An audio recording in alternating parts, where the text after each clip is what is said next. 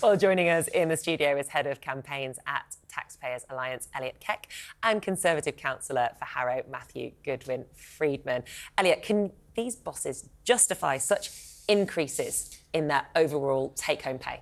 Listen, to some extent it's down to a council-by-council basis. There are undoubtedly town hall bosses up and down the country that are doing a really, really good job in difficult times with huge budgets and massive responsibilities. And to that extent, they do deserve healthy and handsome remuneration packages. But there are also a lot of councils in this country, and I'm sure most of your viewers are going to agree with this statement, that are quite frankly not delivering for residents, that are increasing their council tax well above inflation, while at the same time reducing services. And to then be told the news that many of these councils, a lot of these councils, have increased the number of people that are receiving over £100,000, that's where you get into really difficult waters for a lot of councils. Matthew, I think that any political party in this country that says, do you know what, we're going to fill every single pothole in the roads, that's what we're going to do, that's our policy, we're going to do it in the first year, they would win an election no matter where they were coming from. But I mean, these council tax rises that so many people are having, I had my council tax bill recently rise again. Yeah.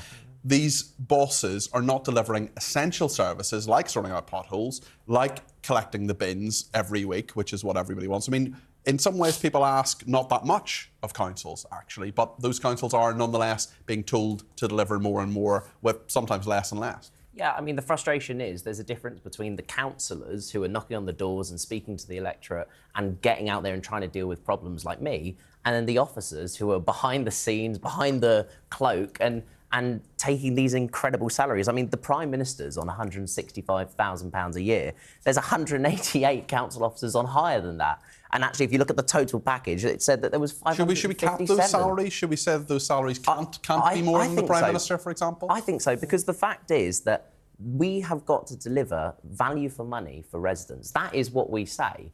And lots of this money is going on these select few people, when actually you're completely right. Let's focus on filling in the potholes. Let's focus on resurfacing the roads. Let's focus on delivering good quality services. You know, that's what we're trying to do in Harrow, for example. But some people say, well, actually, to get those things, you need the right people running the council, and actually maybe to attract the right people, you've got to have good salaries. Well, I think so, but you've got to make sure that you can get them out of these roles if they're not delivering. You know, a lot of these people, you cannot get them out of the contracts without paying massive amounts. I mean, I was looking at the list. In Harrow, there was 31 on the list. We've actually already got rid of some of those roles, so it's less than that now. But the fact is, we've got to make sure we're delivering value for money for residents and that there's accountability. We councillors have accountability. We can get voted out. You can't get rid of the chief executive.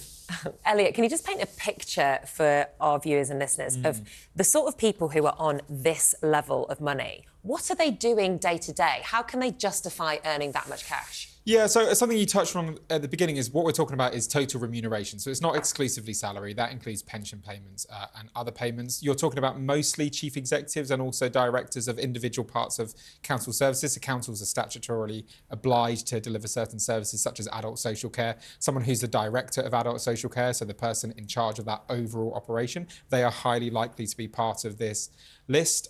Someone that is in charge of children's services and various other services. So that's the sort of person. But listen, these are people with responsibility for very, very large budgets. Are they related to performance, though? Well, that's a very, very good question. And I think actually up and down the country, when you're looking at the number of councils that are facing financial difficulties, and actually financial difficulties that in almost every case of their own making, and Birmingham Council is a great example, the local government commissioner has said very, very clearly that it's a mess of the council's own making.